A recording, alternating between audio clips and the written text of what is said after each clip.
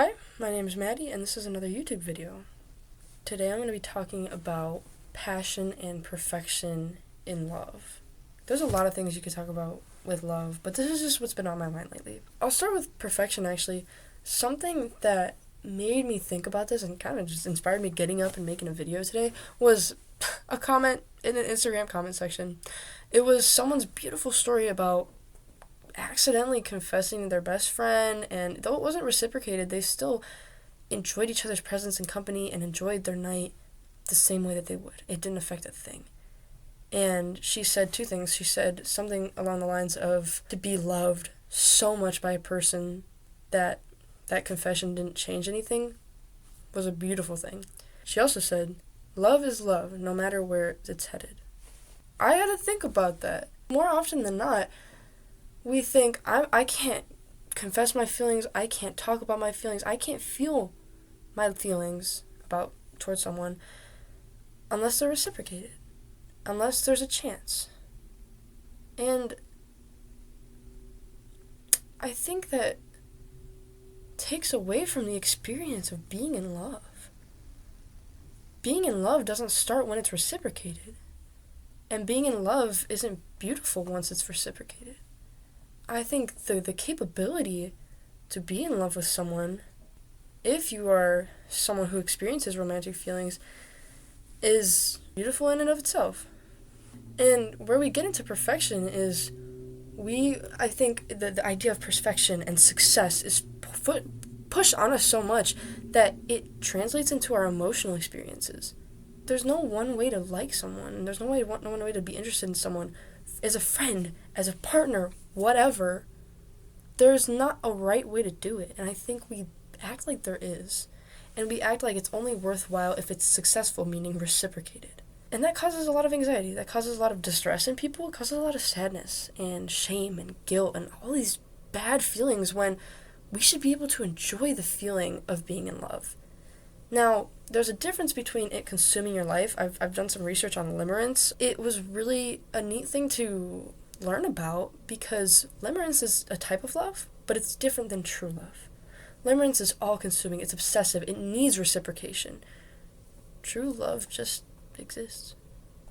It doesn't need anyone to say it's okay for it to exist. I also read something else. It was along the lines of, what would you do if you didn't have to do it perfectly? The point of that question is to make you think, wait, I can do that thing poorly. I can do that thing and have mistakes. I can do that thing and have flaws. If it's about creating art, create bad art. I think I've seen a lot of people talk about this lately, and I'm very, very happy to see that. If there is art in making bad art. Because who the fuck is deciding that it's bad art in the first place? Make art that doesn't align with your end goal. Make art that makes you mad or disappointed. Just make art. You are art, right? You are being perceived. You are being interpreted based on your appearance, your perception, how you carry yourself, your mannerisms. You are being perceived and thus being interpreted. That is what we do to art. So I think we need to start treating ourselves like art. Like, there is no perfection in art. There is cause and effect in art. There is, if I use this color, and if they interact in this way, I will have this result. But there is no wrong way to use those laws and principles. I shouldn't even say laws, those principles.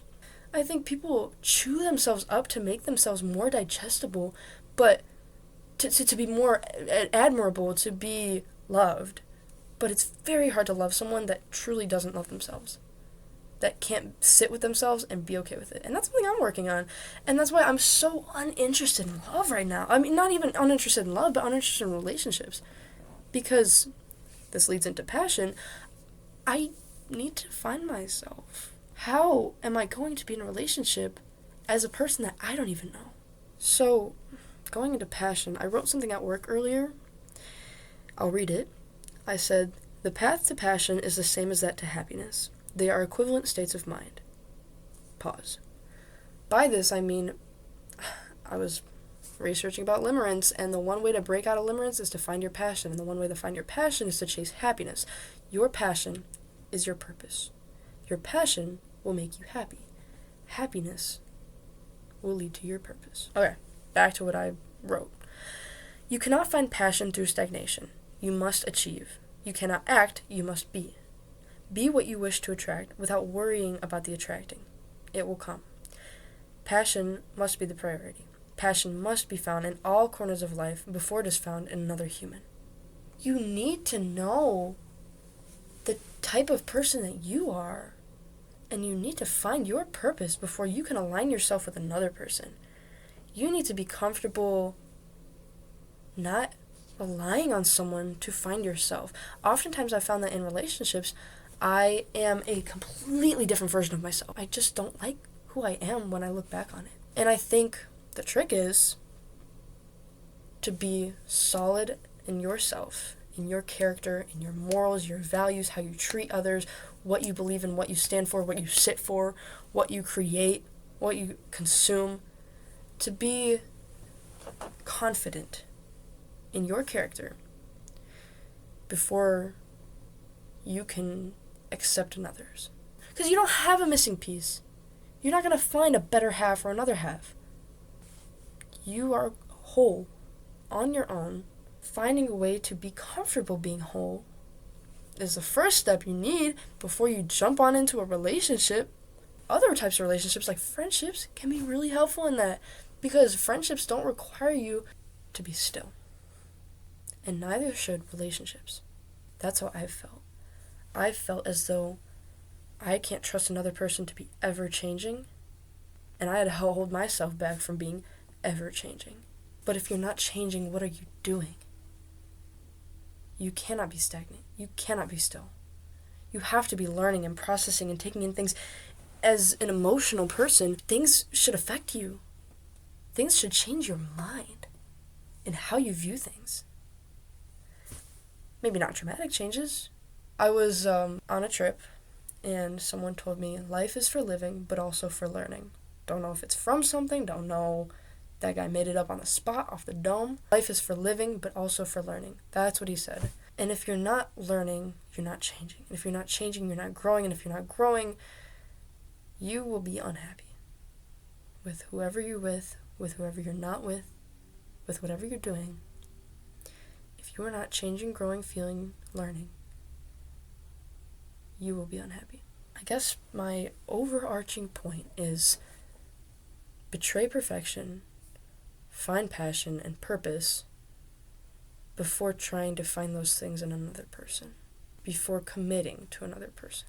It's okay to be in love. It's beautiful to be in love. If you are a person that experiences romantic feelings, it's important to value yourself. Okay, bye.